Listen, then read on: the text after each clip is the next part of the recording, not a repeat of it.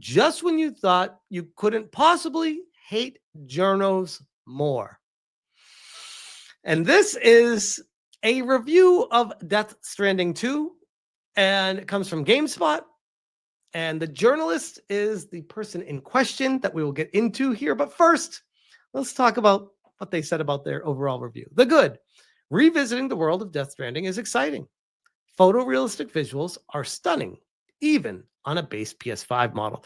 Well, damn, the base PS5 is still a great console. Imagine being such a console snob where you're like, oh, it has to be a pro to look good. It's like, I can't even tell the difference. I legit can't. I've tried. I can't. Core gameplay is still unique. And again, they gave it an IGN 7 over on GameSpot. But this game has been receiving incredibly high reviews. The 7 is the outlier here. Most reviews were a 9 or a 10 across the board, which shocked me because I was honestly expecting like a 7, maybe an 8, 9 or 10. The bad. Repetitive story beats that are too close to the first game. Well, if you like the first game and like the story in the first game, I don't know how that's a bad, but hey, to each their own, potato. Focus on weapons and spectacle detracts from uniqueness. Oh, okay. I don't even know what that's supposed to mean, but sure, I guess you're supposed to do a walking simulator, so don't focus on weapons, I guess. What? Friction is lost, rendering some challenges superficial.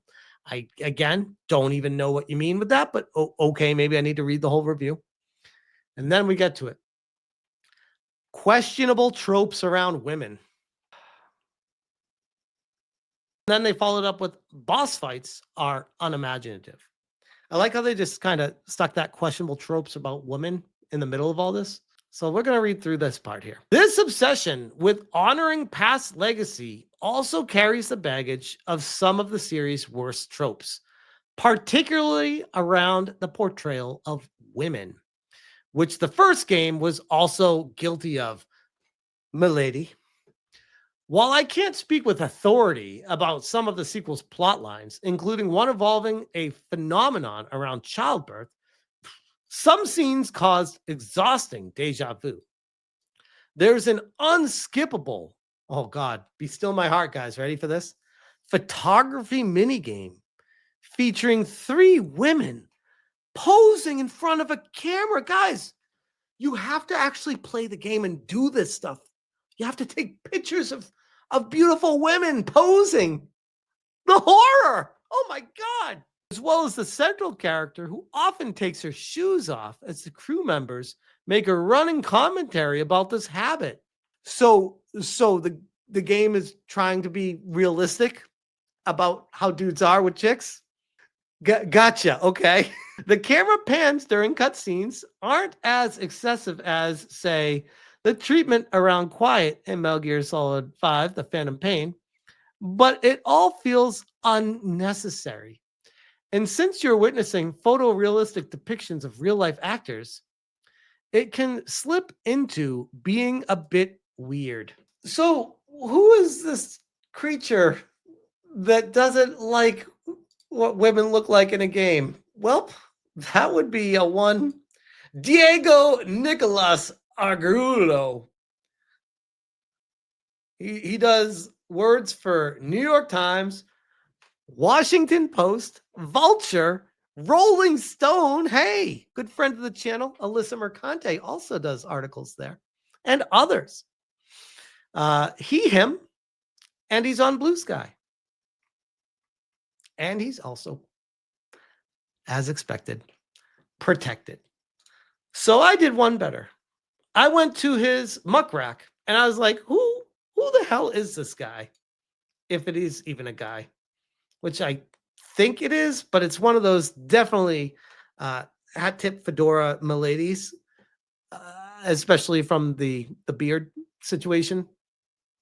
It strikes me as someone that is very particularly a white knight around the women out there.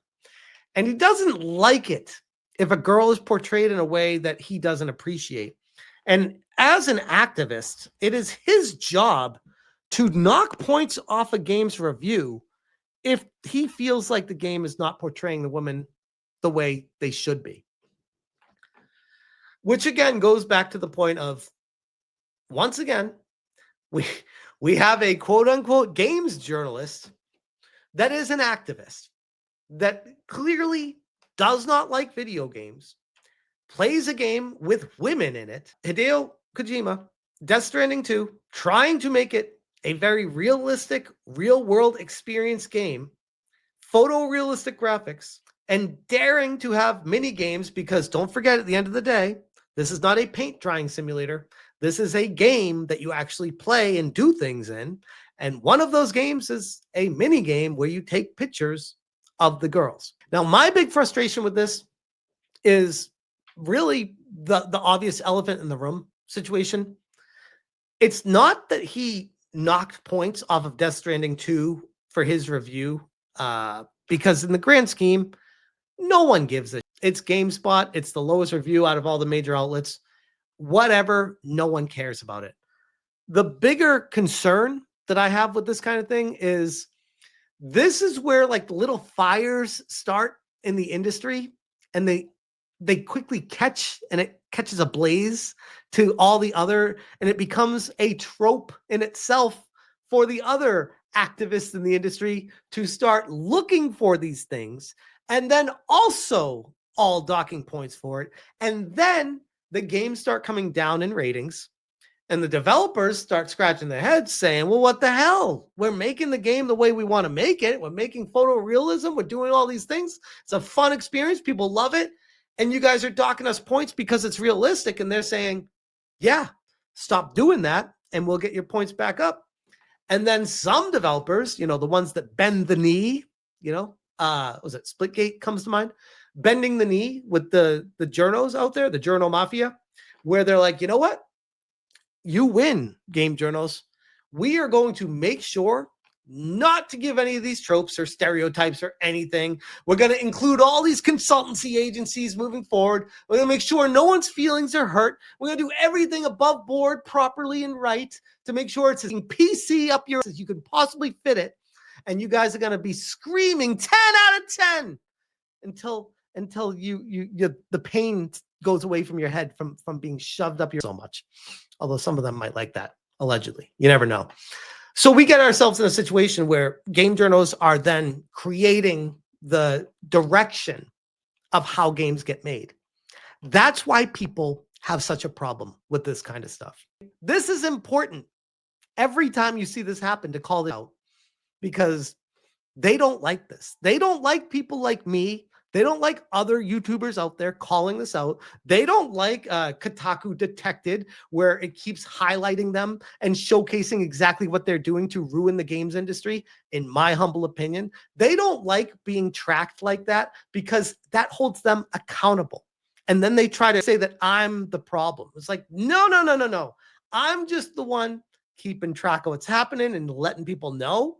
You guys can cry all you want about this, but the reality is, nobody agrees with you, and your activism can pack it up in the bag and hit the road, because nobody wants this here anymore. And finally, on the topic of all this, we go over to Metacritic completely, and we see that Death Stranding 2 has a 90 overall based off of 103 critic reviews. And going further on this, we got COG Connected having a 100, a perfect score. Dexerto, 100, perfect score. Critical Hits, 100, perfect score. Gry Online, 100, perfect score. IGN Brazil, 100. Loot Level, 100. Manu PlayStation, 100. 100, 100, 100, 100, 100. All these 100s. Look at these perfect scores across the board. People are loving this. That's a lot of perfect scores. And yes, sure, some of them might be lesser known outlets. Some of them are bigger outlets. But overall, even the bigger outlets out there are giving this a 9 out of 10, or at least a 9. Look at all these 9 out of 10s. Look at this. Like, this is, again, I never played the original Death Stranding, but then this whole situation came up, made me dive into it. I'm like, damn, Death Stranding 2 is crushing it IGN Portugal 9, Game Informer 88. I mean, look at this. This is crazy. So you go all the way, you keep going, right? Eurogamer even gave it an 8. VG247 gave it an 8 out of 10. Like, this game is very popular. And then the first yellow out of all of them is from our fedora tipping friend that says questionable tropes around women. Because God forbid there's a mini game in it that he doesn't approve of. So he starts docking points for it. And then we end up with a situation, like I said earlier, where all the journalists might see this as a bullet point and be like, oh, that's actually a thing? We're supposed to dock points for this? That's how the industry works? Okay, I mean, I guess it's a review. You're not allowed to argue that because reviews are all opinion, guys. You're not allowed to say anything about that. Yeah, sure. He's more than welcome to say this. I'm not saying he's not allowed to say it, but I'm also allowed to say that he's a stupid jackass for saying it. That's also my right too. So that's the situation with the Death Stranding to Diego Nicolás Argüello. And I find it curious that this guy has New York Times, Washington Post, Vulture, Rolling Stone, and others. And for some reason, a major outlet like GameSpot doesn't have one of their full-time journals reviewing this game. They had to outsource it to a bylines. I find that fascinating and very telling of the situation we find ourselves with the game industry right now, where they can't even afford their full-on staff. So they have to bring people in from outside. And then we end up in these situations. And they got no one to blame but themselves. This is also, by the way, when this happens, and I'll leave it at this. When this happens, there needs to be an editor there to be like, wait, what's that bullet? Oh, no, this is why I had a problem with it. I'd be like,